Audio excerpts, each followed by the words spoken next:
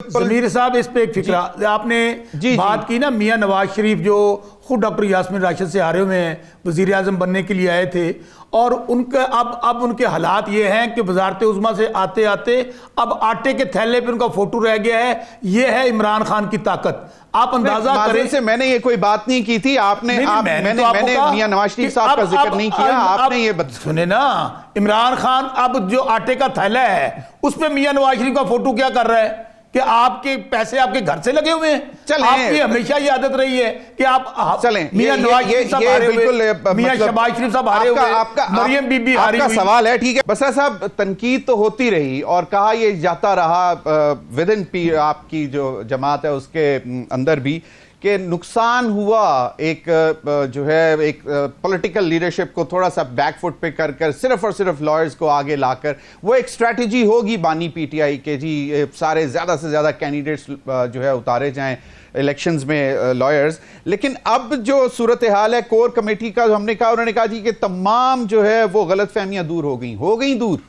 ضمیر حیدر صاحب، پہلے تو جو کل شمالی وزیرستان میں دہشت گردی کا جو حملہ ہوا ہے چیک پوسٹ پر، اس کی شدید الفاظ میں ہم مذمت کرتے ہیں، اور ہمارے جو شہداء ہیں جو ہمارا فخر ہے، ہم ان کو پوری قوم کی جانب سے خراج تحسین پیش کرتے ہیں۔ 30 مارچ کو ایک بڑا پلان کر لیا آپ نے، ملک میں ویسے ہی اتنی مہنگائی کے نیچے غریب جو ہے مر رہا ہے اور آپ لوگ مارچ کی تیاری کر رہے ہیں، یا تو یہ مہنگائی کے خلاف ہو تو سمجھ آتی ہے، آپ ابھی تک نتائج کے خلاف جو ہے وہ انتخابی نتائج کے خلاف تھے۔ ضمیر حیدر صاحب مجھے آپ بتائیے، ماشاءاللہ آپ بہت ہی انٹیلیجنٹ اور بڑا تجربہ ہے آپ کا، آپ کے گھر پہ کوئی ڈاکہ مارے اور ڈاکہ مارنے کے بعد آپ کو کہے کہ آئیں بیٹھ کے ہم آپس میں مذاکرات کرتے ہیں، اور آپ کہیں ڈاکو صاحب میں آپ سے مذاکرات کیسے کروں؟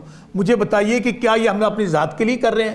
یہ لوگ جو اس وقت اللہ نبی کے نام مذاکرات کرنے کے لیے نہیں کہہ رہے، آپ کے پاس فورم اویلیبل ہے نا، مطلب میں گزارش کرتا ہوں مہنگائی کے خلاف مارچ نکالنے کو سمجھ بھی آتی ہے۔ سائرہ بانو صاحبہ بھی بتا رہی ہیں کہ اس وقت حال کیا ہے عام آدمی کا، وہ کہتی ہیں کہ ہم لوگ اس کا کوئی نتیجہ کوئی فائدہ نہیں ہوگا، ضمیر حیدر حالانکہ وہ بھی نکال چکے ہیں بہت بڑا۔ ضمیر حیدر صاحب، جب 90% قوم آپ کے ساتھ کھڑی نہ ہو، آپ جعلی حکمران ہوں، جعلی وزیر اعظم ہوں، جعلی وزیر اعلیٰ ہوں، تو مجھے بتائیے کہ کس طرح آپ مسائل کو حل کر سکتے ہیں؟ آپ مزید ملک کے اندر افراتفری بڑھے گی، انتشار بڑھے گی، ہونا تو یہ چاہیے تھا۔ آپ نے الیکشن کیوں کروایا تھا؟ کیا ضرورت تھی آپ کو یہ ڈھونگ رچانے کی؟ کیا یہ 70-80 کروڑ کا ضائع کرنے کی؟ آپ چپ کر کے ابھی آ جائیں نا، اب کور کمیٹی کا مجھے بتا دیں کیونکہ پھر میں نے رانا احسان عبدل صاحب کی یہ طرف ضمیر حیدر صاحب بالکل یہ بات ذہن میں رکھ لیں، کسی طور پر چونکہ یہ کور ایشو ہے، میں بار بار اس بات پہ آ رہا ہوں، ہمیں کوئی یہ نہ بتائے کہ آپ کے عوام کے ووٹوں پہ ڈاکہ پڑا ہے اور ہمیں یہ کہہ دیا جائے کہ چھوڑیں جی چھوڑیں، اب آپ آ جائیں جی، بیٹھ کے بندر بانٹ کرتے ہیں، آپ بھی وزارت لے لیں، آپ بھی مذاکرات کر لیں۔ Absolutely not. خان صاحب کا واضح پیغام ہے، جب تک ہمارا مینڈیٹ واپس نہیں ہوگا۔ یہاں پہ تو یہ بات ہی نہیں ہوئی، بات تو یہ ہوئی ہے کہ ان حالات میں احتجاج اسی بنیاد پہ کر رہے ہیں ضمیر حیدر صاحب، اسی بنیاد پہ احتجاج کر رہے ہیں، اور بالکل آپ صحیح کہہ رہے ہیں۔ تو مجھے بالکل آپ کی بات سے ایگری کرتا ہوں، ہم عید رمضان میں بھی اور عید کے بعد بھی تمام جو عوامی ایشوز ہیں اور جو انہوں نے ڈاکہ ڈالا ہے عوام کے ووٹوں پہ، اس کے اوپر بالکل اس پر احتجاج جاری رکھیں گے۔ صحیح، اور اس پہ اتفاق ہو چکا ہوا ہے کور کمیٹی۔ ہاں، کور کمیٹی میں سن لیں، میں آپ کو اتفاق ہو گیا کور کمیٹی کے میں فیصلے آپ کو بتا دیتا ہوں۔ میں نے رانا احسان عبدل کور کمیٹی کے فیصلے یہ ہیں کہ کوئی ٹھیک ہے، اختلاف رائے جمہوریت کا حسن ہے، ہر کوئی بات کرے، لیکن پارٹی کے اندر رہ کرے، پبلک پلیس پہ کوئی بات نہیں کرے گا۔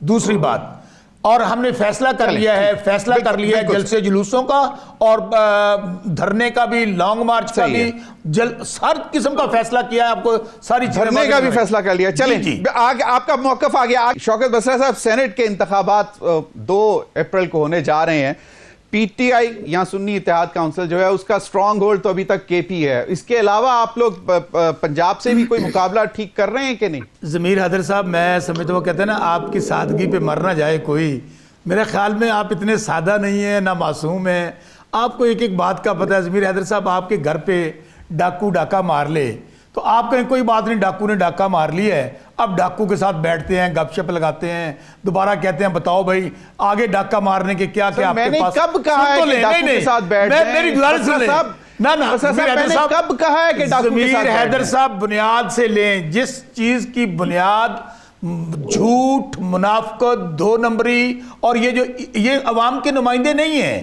یہ ایسٹ انڈیا کمپنی کے نمائندے تو ہیں جن کے انٹریسٹ پاکستان میں نہیں ہیں، ان کے انٹریسٹ دنیا سے باہر ہیں، ان کا پیسہ باہر ہے، ان کی جائیدادیں باہر ہیں۔ امجد خان نیازی صاحب کو ٹکٹ نہیں دیا، دیکھیں آپ نے بڑے بڑے stalwarts, P T I کے بڑے بڑے سٹال وارڈز کو اگنور کیا ہے۔ میں اپنی بات پہ پھر آؤں گا، یہ بھی تو دیکھیں نا، حیدر صاحب میں آپ کی بات کا جواب پہلے ٹکٹس پہ اگنور کیا، پھر سینٹ کی ٹکٹس پہ اگنور کیا۔ یہ نہیں ہو سکتا، یہ نہیں ہو سکتا کہ آپ دن دہاڑے آپ عوام کے مینڈیٹ پہ ڈاکہ ماریں۔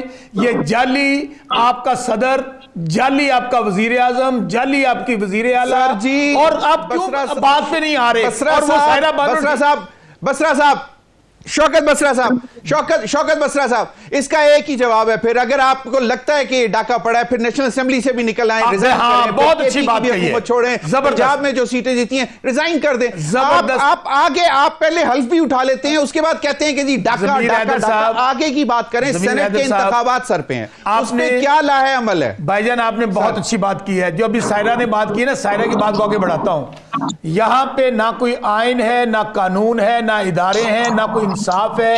یہاں پر ظلم اور جبر کی حکومت اور ناانصافی کی حکومت، اور انشاءاللہ نہیں رہے گی، چونکہ کفر کی حکومت رہ سکتی ہے، باقی حکومتیں ظلم کی نہیں رہ سکتی۔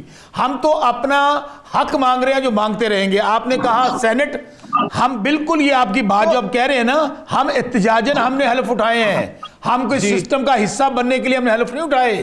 اگر ہم نے سسٹم کا حصہ بننا ہوتا، سینٹ کے انتخابات کی کیا اسٹریٹجی؟ سینٹ کے انتخابات لڑیں گے، سینٹ کے انتخابات لڑیں گے، اپنے لوگوں کو منتخب کرائیں گے۔ سائرہ بانو نے کچھ بولا ہے، میں سمجھ۔ سائرہ کیا کہہ رہی ہیں آپ؟ سائرہ کیا کہہ رہی ہیں؟